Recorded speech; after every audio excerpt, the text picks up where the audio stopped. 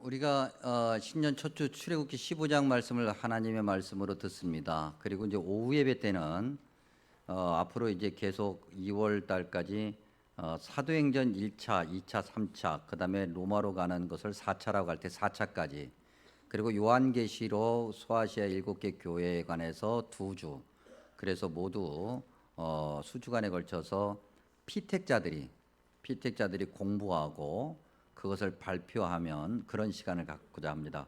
이제 피택자들이 먼저 발표하고 나면은 이제 제가 뒤에서 말씀의 은혜를 요약 정리해서 짧게 다시 정리하겠고, 그렇게 오후 예배를 가겠고요. 그다음에 이제 다음 주부터는 우리가 주일 예배 시간, 요 시간에는 베드로전서와 베드로후서를 지금 계획으로는 한 5월까지 나눌 계획입니다. 그래서 여러분들께서 베드로전서와 베드로후서 미리 또 읽으시고 주일 예배 시간에 본문을 미리 찾으셔서 보시면 주일 예배 시간에 은혜가 될 것이라 기대해 봅니다. 그리고 내가 이제 요 부목사님한테 잊어버린 거 없냐고 그랬더니 부목사님 말씀은 안 하셨고 점사님도 아무 말씀 안 하셨는데, 요건 가만히 안 둘 일은 아니고 내가 그냥 꾹 참고 가는데, 필경대에 가시면 여러분들이 2024년도 예배 본당 필경대 가시면 2024년도 기도 카드 이렇게 적는 게 있습니다. 그래서 기도 제목 적으시고, 매년 제가 기도 제목, 우리 교우들 기도 제목을 정리해 가지고 이렇게 쭉 기도하면서 이렇게 보면 대부분 그렇게 크게 뭐 아주 특별하게 하는 기도 제목은 별로 없어요. 일상에 관한 기도 제목들인데, 그래도 그러한 기도 제목을 다 적어 주시면 목사와 함께 1년 동안 쭉 기도할 겁니다. 지금 여기 예배 자리에 계시면 누구나 다 하실 수 있습니다. 다만 이름은 적어 주셔야 제가 누군지 알고 기도하니까 이름 적어서 그 함이 있습니다. 그 함에다 이렇게 접어서 넣어 놓으시면은 제가 나중에 걷어가서 기도할 겁니다. 이번 주까지만 놓겠습니다. 그리고 걷어서 기도할 테니까 많은 분들이 이렇게 적어서 주시면 정리해서 제가 기도를 할 것입니다. 자, 이런 이야기를 하면서 말씀 나누기 전에 한 가지 이야기를 해드리겠습니다. 어떤 목사님이 아들을 이제 기숙사 학교에 보냈습니다. 그래서 이제 아들과 떨어져 있는 거죠. 그랬더니 어느 날 아들이 이제 전화를 했어요. 그래서 아버지, 내가 배가 아파요. 그래서 요즘에 설사가 좀 심합니다. 기도해 주십시오. 그래서 이제 아버지가 목사님이시기도 하니까 얼마나 걱정이 되겠어요. 아들이 이렇게 배 아파서 기숙사에 떨어져 가지고 설사한다니까 열심히 기도를 했습니다. 한 일주일 정도 지났는데 아들이 전화 왔습니다. 아버지 계속 기도하고 계셨던가 봐요. 그럼 아버지 너무 기도해 주셔서 감사합니다. 설사는 멈췄는데 기도도 멈춰 주십시오. 이제는 변비가 시작되고 있습니다. 그래서 계속 기도했더니 설사가 멈췄는데도 멈추지 않고 계속 기도했더니 이제 설사가 변비로 바뀌었다. 야, 이거 1부 예배 때도 성공했는데 2부 예배 때도 성공했어요. 제가 좀처럼 유머를 쓰는 사람이 아니라서 유머 한번 쓰고 나면 썰렁할 때 좀 걱정되는데 그래도 성공했네요. 예. 근데 이걸 얘기한 이유가 있습니다. 물론 기도라고 하는 것이 그런 것들을 포함하지만 우리의 작은 것까지도, 또 배 아픈 것까지도 기도해서 하나님 고쳐주세요라고 하는 것을 포함하는 것은 맞는데, 과연 그것이 기도의 본질인가? 근데 그걸로 기도가 끝나야 되는 건가? 우리가 한번 말씀을 통해서 다시 한번 확인할 수 있기 바랍니다. 우리는 늘 신앙생활할 때 뭔가 그 좀 들은 이야기, 그다음에 우리가 어떻게 마음속에 바라는 것, 이런 것들이 늘 앞선 나머지 정말 주님이 원하시는 것, 정말 주님이 뜻하시는 것은 잘 못 듣는 경우가 많기 때문에 오늘 금년 한 해 특별히 이 말씀에 집중하면서 주님이 원하시는 그 뜻대로 순종하는 한 해가 되기를 바라고, 그럴 때 주님께서 우리에게 예비해 주신, 그러나 우리가 다른 곳을 바라보는 바람에 몰랐던 그런 큰 기쁨과 감격을 더 많이 누리는 한 해가 되기를 축복합니다. 오늘 말씀 15장 22절에서 27절, 우리가 읽기는 15장 22절에서 27절을 읽었습니다만 출애굽기 7장부터 적어도 읽어가다 보면 몇 가지 굵직굵직한 사건들이 있습니다. 출애굽하는 이스라엘 백성들이 먼저 10가지의 재앙을 경험하게 되죠. 이 10가지 재앙이라는 것이 1에서부터 10가지가 갑자기 하루에 확 일어나는 건 아니고요. 하나씩 일어나잖아요. 그러니까 꽤 오랜 시간인 거예요.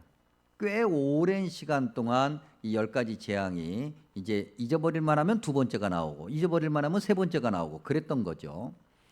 그리고 난 다음에 이제 출애굽기 14장에 가면은 홍해를 건너는 이야기가 나옵니다. 홍해를 건너는 것도 굉장히 만만치 않지 않았습니까? 그래서 정말 너무나도 걱정하고 힘들어했는데 홍해도 건넜고, 그다음에 이제 이 수르 광야로 들어왔다. 오늘 15장에 보니까 수르 광야로 들어왔다는 것은 그냥 국경선으로, 오늘로 따질 때 국경선으로 따지면 완전히 출애굽한 거예요. 그야말로. 그래서 애굽을 완전히 넘어서 이제 온전한 출애굽을 한 거죠. 여러분 마치 그 인생 여정 같지 않습니까? 예전에도 우리 출애굽기 이 말씀을 나눌 때 인생 여정 같다라고 한 적이 있습니다. 인생이 그렇잖아요. 너무나도 걱정하고 근심되는 일이 있어요. 근데 그것을 잘 넘어갔어. 그러면 그 다음에 그런 일이 없기를 바라잖아요. 그래서 앞으로 남은 인생은 정말 그야말로 평탄대로로 쭉 갔으면 좋겠는데 그게 아니고 또 그런 일이 생겨요. 그 뭐 모양이 다르고 어떻게 보면은 정도가 다르고 뭐 어떻게 보면은 뭐 좀 뭐 여러 가지 양상이 다른 거지만 인생을 살아가면서 어떤 그런 넘어야 될 산이라고 표현할 때 그런 것들이 끊임없이 있더라. 뭐 어떤 사람은 그래서 인생을 뭐 나그네 여정이다 그러는데 나그네라는 말은 너무 좀 시적이고 문학적이고 너무 감상적인 것 같아요. 그렇게 날마다 인생이 거친데 뭐 하나 문제가 해결되면 그 다음에 또 생기고 또 생기고 우리 어른들이 말씀하시기를 뭐 끝도 없더라. 그다음에 뭐 자식들도 말이죠. 이제 다 커서 뭐 이제 결혼하고 출가하고 다 그러니까 문제 없을 것 같은데 그 자식들이 잘 살아야 될 텐데 그리고 그 자식들이 자식을 낳으면 그 자식의 자식까지도 끊임없이 걱정이 되고 말이죠. 그래서 걱정하다 보니까 진짜 인생의 큰 태산이 딱 가로막히게 되는데 그게 뭐냐면 팔다리 허리 어깨 힘이 없어가지고 이제는 마음대로 못 움직이는 것. 인생이 끝이 없다. 나그네 인생 그건 너무 비현실적인 거예요. 인생은 진짜 뭐 불교에서 얘기하는 것처럼 고생이다, 고행이다. 뭐 그래도 틀린 말은 아닌 듯 싶습니다. 근데 저와 여러분처럼 교회를 다니는 사람들 말이죠. 예수님을 믿는 사람들 뭐라 표현하든 그냥 교회 다니는 사람이라고 일반적으로 얘기할 때 교회 다니는 사람들에게 이것이 조금 더 큰 문제가 좀 큰 문제로 다가올 때가 있습니다. 그게 언제냐면 우리가 일반적으로 고백하기를 우리의 인생을 이끄시는 분이 누구라고 얘기합니까? 하나님이라고 얘기하잖아요. 그러니까 하나님께서 사랑의 하나님, 능력의 하나님, 전지를 창조하신 하나님, 우리의 모든 것을 우리보다도 더 잘 아시는 하나님, 그렇게 하나님이 계획하시고 허락하신 인생이라고 한다면 하나님을 잘 믿는 교회 다니는 사람에게 인생이 평탄대로 이어야 합니까? 아니면 환란의 연속이어야 됩니까? 여러분 한번 그냥 우리가 단순히 무슨 신앙적인 모범 답안을 하려고 하지 마시고 그냥 우리의 그냥 그야말로 우리도 알게 모르게 마음속에 툭 가졌던 한 번쯤은 가졌던 생각으로 얘기하면 정말 하나님께서 우리 인생의 주인이라고 한다면 그리고 우리가 그 하나님을 믿는 교회 다니는 사람이라고 한다면 교회 다니는 저와 여러분의 인생이 평탄대로이어야 합니까? 아니면 그렇게 인생이 고행이라고 하는 그 고의 연속이어야 됩니까? 평탄대로여야 되죠? 다 그렇게 생각하시죠? 그렇죠? 그래서 안 되는 거예요, 우리가. 근데 솔직히 뭐 그렇죠. 우리는 다 평탄대로여야 된단 말입니다. 그렇죠? 다시 출애굽으로 가면은 10가지 재앙 끝났단 말이죠. 그러면 그 다음에 홍해를 건널 때도 뭐 거침없이 확 건너야 되는 거예요. 예. 그리고 홍해 건넜어요. 그 다음에 뭐 그래요, 좋아, 거기까지는 괜찮은데 광야 들어가 난 다음에 뭐 사흘길이나 마실 물이 없어서 정말 목구멍이 바싹바싹 말라가는 그런 일은 없어야 되는 거예요. 왜요? 전능하신 하나님이니까. 그 하나님을 믿는 우리가 하나님의 백성이니까 교회 다니는 사람이니까 하나님께서 우리 인생을 책임지실 것이니까 그렇게 어려움을 만나서는 안 되는 거예요. 아니, 안 되는 것이라고 그렇게 말할 것이 아니라 안 돼야 한다고 우리가 강요하는 거죠. 하나님을 향해서. 하나님 정말 하나님이라면 정말 하나님이 능력의 하나님이고 우리를 사랑하시는 하나님이라고 한다면 하나님을 믿는 우리에게 그런 인생의 고통을 주면 안 되지요 라고 하는 것이 우리의 저절로 우리가 알게 모르게 가지는 생각이란 말입니다. 근데 인생이 그렇지 않다. 오늘 말하라고 그랬잖아요. 말하라고 하는 단어요. 여러분 옆에 그 각주에 딱 1번이라고 써 있고 맨 밑으로 내려가면 쓴 것이다. 인생이 써.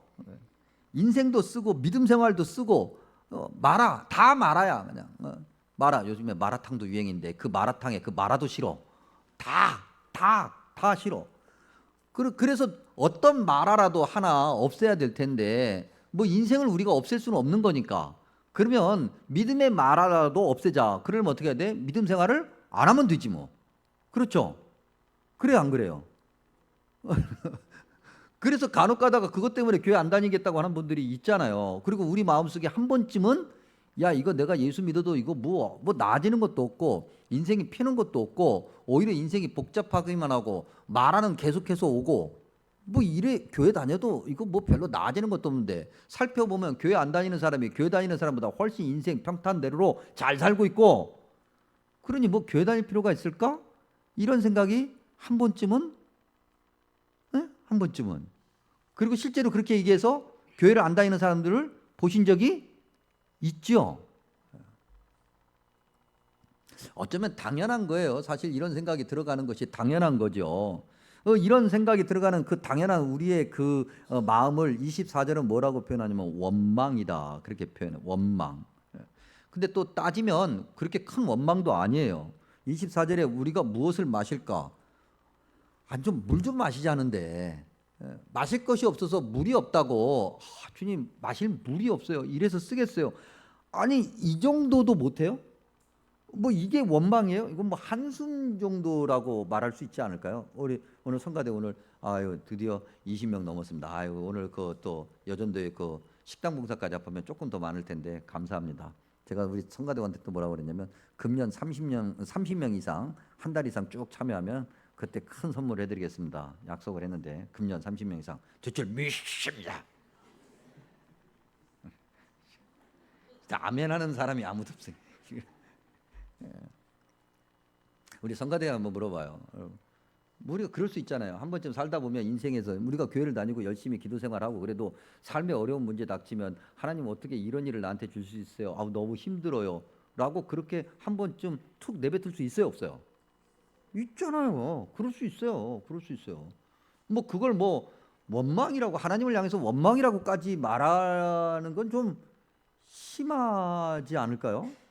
그럴 수 있다고. 목사님 저도 기도하면서 여러 가지 힘든 일을 겪을 때마다 아유 하나님 어떻게 그럴 수 있어요? 너무 힘들어요. 하나님 그러시면 안 되죠.라고 한 적이 있단 말이죠. 그런데 성경은 이런 걸 용인하지 않아요. 성경은 용인하지 않아요. 여러분 이보다 전에 홍해를 건너기 전에 출애굽기 14장 11절과 12절에 이스라엘 백성들이 뭐라고 불평하냐면 아니 애굽에 무덤 매장지가 없어서 우리를 여기 광야에서 죽게 하려고 우리를 이끌어냈느냐 우리가 안 간다고 그러지 않았냐 안 간다고 그러니까 모세를 향해서 하는 얘기죠. 모세 당신이 바꿔 얘기하면 하나님에게 가라고 그래서 우리가 가고 싶지 않지만 억지로 않지 않느냐 이거 전부 다 핑계고 책임을 떠넘기거든요. 우리가 애굽 사람을 섬길 거라고 말하지 않았느냐. 애굽 사람을 섬기는 것이 광야에서 죽는 것보다 낫다. 즉 15장에 나와 있는 원망이라고 하는 것은 사실 14장에 이야기하고는 이것을 포함하고 있는 거예요. 겉으로 말은 하지 않았다 할지라도 이미 속으로 그런 것들이 깔려 있다고 하는 거죠. 민수기 14장 말씀으로 바꿔 얘기하면 이러한 원망을 뭐라고 달리 표현하고 있냐면 하나님을 멸시하는 것이다. 이렇게 표현해요. 우리가 생각하기에는 뭐 그럴 수 있지 뭐 우리가 뭐 살다 보면 이렇게 생각하는 것을 성경에서는 하나님을 멸시하는 것이라고 말하면서 그래서 안 된다라고 허락하지 않는다는 거죠. 그러면 우리는 계속해서 질문해 보는 거죠. 그러면 우리는 그런 한숨도 쉴 수 없는 건가? 그런 생각이 저절로 드는데 인생 살다 보면 어려운 일을 만날 때마다 저절로 그런 생각이 드는데 우리는 그러면 그 정도로도 투덜거리면 안 되는 건가? 왜 도대체가 성경이 왜 그렇게 하나님이 우리의 그러한 모습을 그렇게 냉정하게 그렇게 거침없이 꾸짖고 있는가? 무엇 때문에 그런 건가? 잊어버렸기 때문에 그런 거예요. 잊어버렸기 때문에. 뭘 잊어버렸는가? 지금까지 받은 하나님의 은혜를 잊어버렸기 때문에 그런 거죠. 잊어버렸기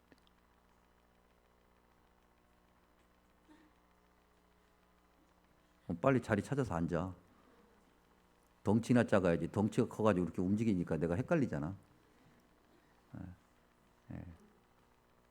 저 중에 한 명은 제 아들입니다. 하나님의 은혜를 잊어버렸기 때문에 그런 거죠. 하나님의 은혜를 잊어버리면 뭐가 동시에 사라지냐면 감사가 사라져요.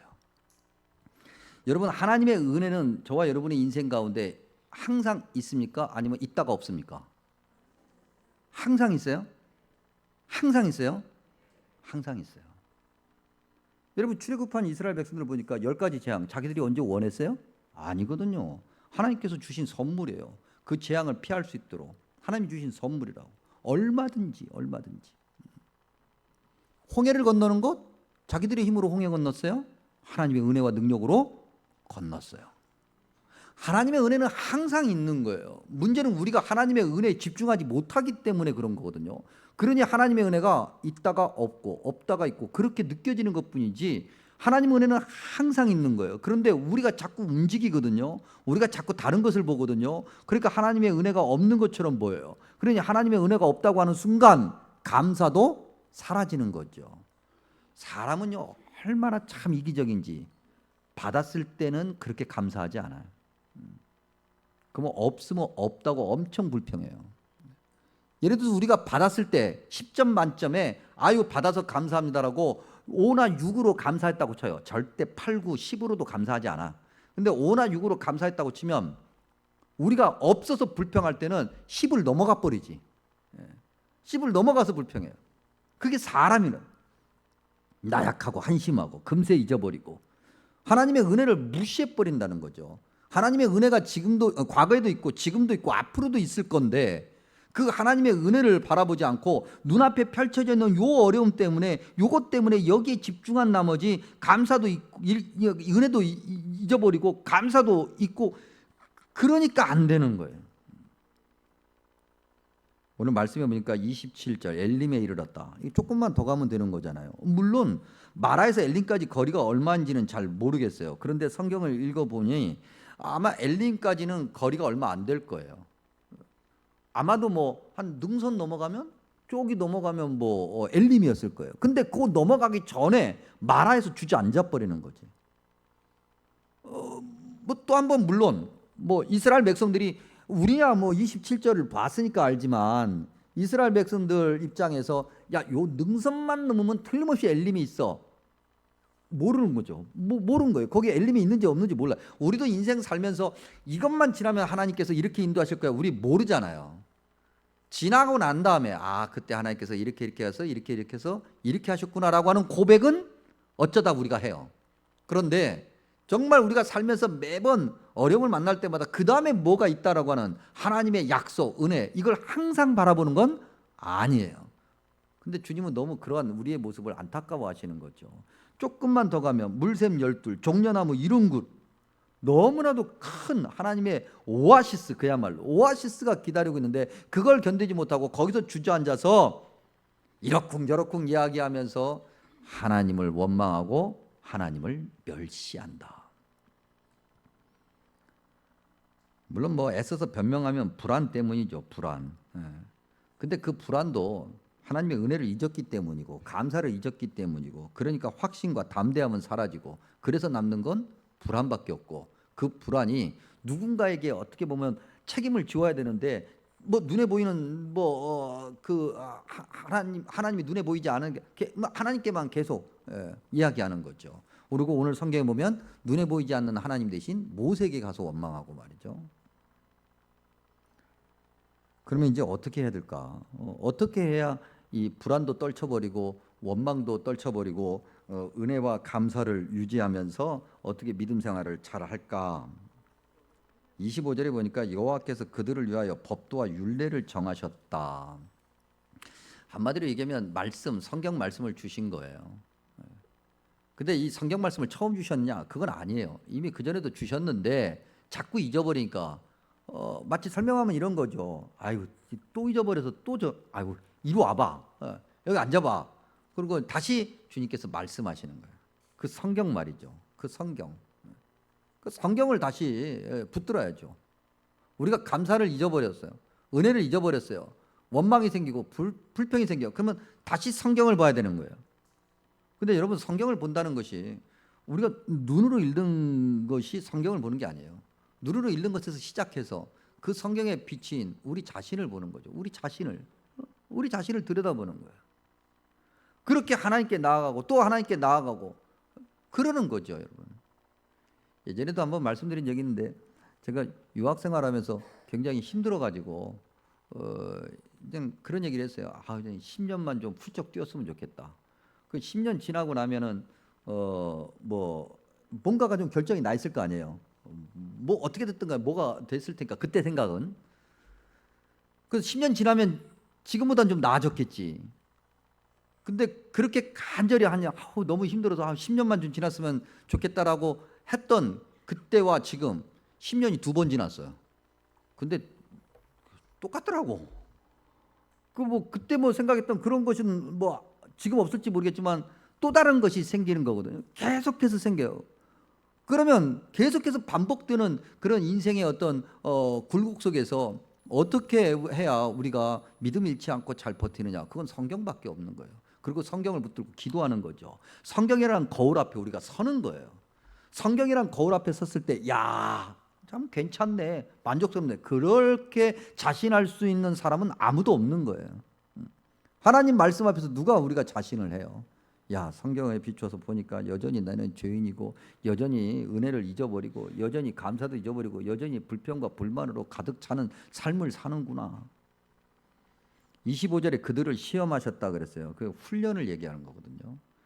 그렇게 훈련해야 되는 거죠. 그렇게 훈련해야 되는 거예요. 저녁에 하나님의 말씀 앞에 딱 서서 말이죠. 하나님, 내가 오늘 하루 이렇게 제대로 살았습니까? 하고 살펴보니 참 부끄럽다. 그러니 내일은 조금 더 다르게 살아야지 라고 하면서 내일 또 하나님 은혜 가운데서 살다 보면 하루 이렇게 복잡한 일들을 만나다 보니까 또 잊어버려서 또 감사는 어디 갔는지 없어지고 불평과 원망으로 가득 차. 그리고 저녁에 또 다시 보니까 너무나도 참 추해. 그래서 다시 또 이렇게 매일 그렇게 훈련하고 그것이 습관이 되고, 그래야 주님이 원하시는 그 좀 더 나은 그 은혜 자리로 나아갈 수 있다. 그렇게 해도 안 되는데 그렇게 안 하면서 될까? 그 다음에 이제 등장하는 것이 나는 너희를 치료하는 여호와임이라. 이건 이제 줄여서 여호와 라파라고 하거든요. 여호와 라파. 근데 여러분, 이 라파라고 하는 이 단어를 우리가 좀 잘 이해해야 됩니다. 이 라파라고 하는, 우리가 이제 치료라고 하는 단어를 우리말로 번역을 그렇게 해놓으니까 우리 육신의 질병 치료만 생각을 해요. 그건 라파가 가진 뜻에, 만약에 라파가 가진 뜻이 10가지라고 한다면, 그런다면 그 우리 육신의 질병을 치료하는 것은 그 중에 한 가지뿐인 거예요. 정말 라파가 뜻하는 것은 그냥 단지 뭐 치료하고 그 정도만이 아니라고요. 설사 멈추는 게 아니라고. 설사 멈추면 조금 있다 변비 온다니까. 그 뭐가 똑같아. 그냥 뭐 단어만 다르고 양상만 다른 거지 또 찾아오는 거예요. 정말 치료가 뭔가, 라파가 뭔가. 이 라파라는 단어의 원래 글자 그대로 뜻은 굽어진 것, 비틀어진 것을 곧게 펴다, 이런 의미거든요. 그 우리가 하나님의 은혜도 잊어버리고 감사도 잊어버리고 말씀도 보지 않고 기도도 안 하고 그러다 보니까 굽어지는 거예요. 하루 동안, 하루 사이가 뭐예요, 여러분? 몇 시간 만에 확 굽어져 버리지, 비틀어져 버리지. 그걸 다시 펴는 거지요. 곧게 펴요. 우리가 의지로? 아니요. 여호와께서, 하나님께서. 주인이 우리가 아니라는 거죠. 주인이 우리가 아니고 누가 주인이에요? 여호와 하나님이 주인이셔요. 그분만 의지할 때 주님께서 펴주시는 거라고요. 그리고 그 펴주심에 우리는 은혜를 또 한 번 누리고 감사하면 되는 거죠. 그래서 여호와 라파로 나아가게 되는 거죠. 굳이 영어 단어를 써서 죄송합니다만, 굳이 얘기하면 힐링해서 레머디로 나가는 거예요. 마음의 평안과 기쁨과 감사의 힐링해서 치료, 정말 병을 치료받는 그런 레머디로 나가는 거예요. 물론 우리가 병이 치료가 안 되는 것이 그러면 내가 이렇게 못해서냐, 그게 아니고, 정말 우리가 정말 육신의 질병을 치료받았어. 우와, 감사하다. 야, 정말 죽다가 살았으니 내가 온전히 남은 인생은 하나님을 위해서 올인하리라. 그렇게 안 한단 말이죠. 우리가 죽다 살아나도 예수님 잘 안 믿는데, 주님이 원하시는 대로 올인하지 않는데, 그래 주님이 원하시는 그 은혜, 그 힐링이 없으면 그 레머디도 의미가 없는 거예요. 다시 우리를 교만으로 끌고 갈 뿐이죠. 그 마라를 넘어서 정말 여호와 라파로 가는 것은 주님의 은혜를 붙들고 주님이 주시는 그 은혜에 감사하면서 그렇게 우리의 굽어진 것이 곧게 펴지는 하나님을 붙들고 나아갈 때 전인적인 치유라고 그래요. 그걸 우리가 온전히 치료함 받는 거예요. 그래서 그때는 우리 삶에 무엇이 있어도 그것이 나를 사로잡고 나를 억누르고 짓눌러서 하나님을 멸시하게 하지 않는 거죠. 금년 안에 저와 여러분이 이런 삶을 살 수 있기를 바랍니다. 눈앞에 있는 것 때문에 힘들어하고 여러분 그래요. 그럴 수 있어요. 근데 거기에 집착하면 하나님이 주신 은혜를 못 보게 됩니다.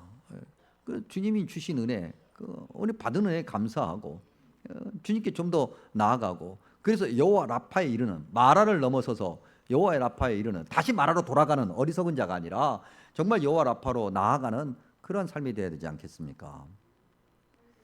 시편 103편 2절과 3절 말씀을 읽으면서 말씀을 마칩니다. 내 영혼아 여호와를 송축하며 그의 모든 은택을 잊지 말지어다.